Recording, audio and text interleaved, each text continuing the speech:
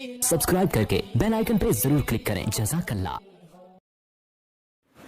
तो क्या है, इनको हमने सुबह जल्दी उठाया, जॉगिंग कराई, फिर उनको कुछ उसूल छोटे मोटे बताए सेहत के हवाले से, जो इतने ज़्यादा नहीं है, जो छोटे मोटे मालूमात हैं वो, और फिर जो हमारे जो नाश्ता वाश्ता करते थे भी ये, फिर इनकी जो वर्कशॉप का टाइम शुरू हो जाता था, फिर वो वगैरह वगैरह पूरा इसी तरह से हमारा शेड्यूल। फिर असर के बाद इन्होंने स्विमिंग की है, जामे में स्विमिंग पूल भी है, असर से मगरिब तक स्विमिंग हो गई इनकी, सुबह जॉगिंग हो गई, हमने इनका तेल अल्हम्दुलिल्लाह निकाल लिया। तो अब ये इनको रोक के सिर्फ इसलिए रखा हुआ है कि आपने इशा पढ़ के सो जाना है, सुबह दिन का आगाज 4 बजे से करना है, क्योंकि मैंने इनसे कहा कि अगर आप अभी घर चले गए तो आप इस वर्कशॉप के माहौल से बाहर निकल जाओगे।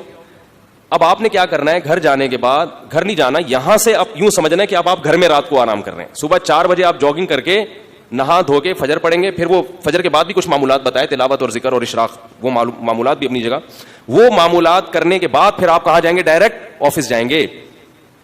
समझ में नहीं आ रही? ताकि आपको पता चले कि आम दिनों में जब हम ऑफिस जाते हैं और इस स्टाइल के बाद और इन एक्टिविटीज के बाद जब ऑफिस जाएंगे तो हमें कितना फर्क नजर आएगा। समझ में आ रही है बात? तो ये मैं इतनी डिटेल इसलिए बता रहा हूं कि आप लोग भी करें। वर्कशॉप नहीं भी करें तो ये रूटीन आप लोग घर बैठे वैसे भी बना सकते हैं। वर्कशॉप का फायदा होता है कि इज्तिमाई माहौल होता है तो बन जाता है। समझ में आ रही है बात? तो ये देख लें आप, ये बेचारे आए हुए हैं वहां से दमाम से, इन्होंने की, कह रहे हैं मुझे बहुत फायदा हुआ। जितने भी लोग थे माशाल्लाह सब कह रहे हैं कि यार बहुत फायदा हुआ। तो हमारा जो दीनदार तबका है, ये मैंने इसलिए किया कि हमारे यहाँ दीन का जो तसव्वुर है ना वो बहुत महदूद है। देखो बनी इसराइल थे, कुछ भी नहीं करते थे, सहाबा थे, सब बहुत कुछ करके चले गए, क्योंकि सहाबा में ऐसे लोग मौजूद थे जो घोड़े से तेज दौड़ना जानते थे, सहाबा तैराकी जानते थे, सहाबा घुड़सवारी जानते थे, सहाबा रातों को कम सोते थे। आप देखें वो तो रात भर तहज्जुद पढ़ते रहते थे। वो स्लीप मैनेजमेंट जानते थे कि नींद को कैसे मैनेज किया जाता है। वो कुदरती तौर पे जानते थे कि कौन से औकात सोने के ऐसे हैं जिनमें थोड़ा सो के भी इंसान नींद के जो मकासद हैं वो भरपूर तरीके से हासिल कर सकता है, और कौन से टाइम ऐसे हैं जिनमें कई कई घंटे सोते रहो मगर फिर भी थकावट होगी। सोना जो है ना, इसके भी टाइमिंग है, औकात हैं। खुलासा मैं बता देता हूं सोने के बारे में। रात को जल्दी सोएं और फिर जल्दी उठ जाएं, और अगर फजर से पहले थकावट महसूस तो फजर से पहले थोड़ी देर के लिए दोबारा सो जाएं।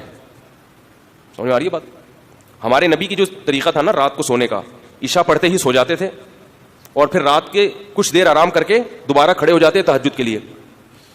अब पूरी रात तहज्जुद चलेगी तो फजर की नमाज के बाद जब अजान होती थी तो अजान और नमाज में जो वक्फा होता था ना, इस दौरान आप सल्लल्लाहु अलैहि वसल्लम हल्की सी नींद लिया करते थे। ये तजर्बा करके देखें, ये हल्की सी नींद आपको दोबारा ताज़ादम कर देगी, फिर सारे दिन के लिए क्या कर देगी, एकदम फ्रेश कर देगी। आप फिर आपको थकावट महसूस होगी दिन के 12 और 1 बजे जब सूरज बुलंदी पे पहुंचेगा। उस वक्त खाना खा के फिर आप सल्लल्लाहु अलैहि वसल्लम क्या करते थे, थोड़ी देर कैलूला करते थे।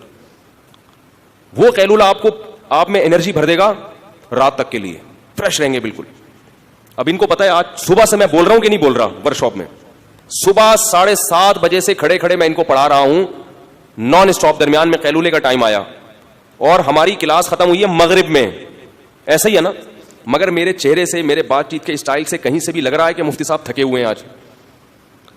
मुझे तो आप लोग थके हुए लग रहे हैं, कहीं से लग रहा है कि थके हुए हैं। हालांकि मैं अगर नींद को शुमार करूं तो मेरी 24 घंटे में जो नींद हुई होगी, मेरा ख्याल है बमुश्किल 4 घंटे की हुई होगी। बमुश्किल कितनी देर की हुई होगी? बमुश्किल यानी रात की नींद मिला के 4 घंटे की। तो ये चीजें भी क्या है मेरे भाई, सीखने की हैं, ताकि हम अपने औकात को ज्यादा से ज्यादा जाग के, जहन को फ्रेश रख के मुफीद कामों में खपा सकें। हमारे दिन के ज्यादातर हिस्से खराटे लेते हुए 12 बजे माजरत के साथ ऐसे उठते हैं जैसे अल्लाह माफ फरमाए, बस नहीं बोले कैसे। कोई 11 बजे उठ रहा है, कोई 10 बजे उठ रहा है, मुंह धोता है, फिर जाके 10 बजे उठेगा, नाश्ता वाश्ता करके ऑफिस पहुंचेगा, 1 बजे फिर टोन होना शुरू हो जाएगा, थकावट शुरू हो जाएगी, क्योंकि दोपहर का वक्त थकावट का होता है, फिर दिमाग मीटर शॉर्ट होना शुरू हो जाएगा। तो ये अजीब सा लाइफ जो है ना हमारी गुजर रही है। तो अल्लाह का बड़ा फजल है, ये उस्मान भाई ने करवाई है मुझसे गन पॉइंट पे कि यार करा दें अब, तो इसके अल्हम्दुलिल्लाह बहुत अच्छा रिजल्ट सामने आया। एक थोड़ा सा मुझे खुद बहुत फ़ायदा हुआ, क्योंकि मैं भी सुस्ती का शिकार हो गया था, मेरी भी रूटीन सारी ख़राब हो गई थी। और एक बात याद रखो, अगर कभी आपको ख्याल हो ना कुछ काम ऐसे जो रात ही को करने के हैं, तो उसमें फिर बजाय इसके कि आप ईशा के बाद करें, आप ईशा के बाद सो जाएं, रात को 2 बजे उठ के शुरू कर दें वो काम। इसलिए जो टाइम लैंडर वाले हैं ना, सुलेमान अहमद साहब, ये सारी तरतीब उन्हीं ने हमको बताई है और ये कुरान और हदीस से साबित है ये सब।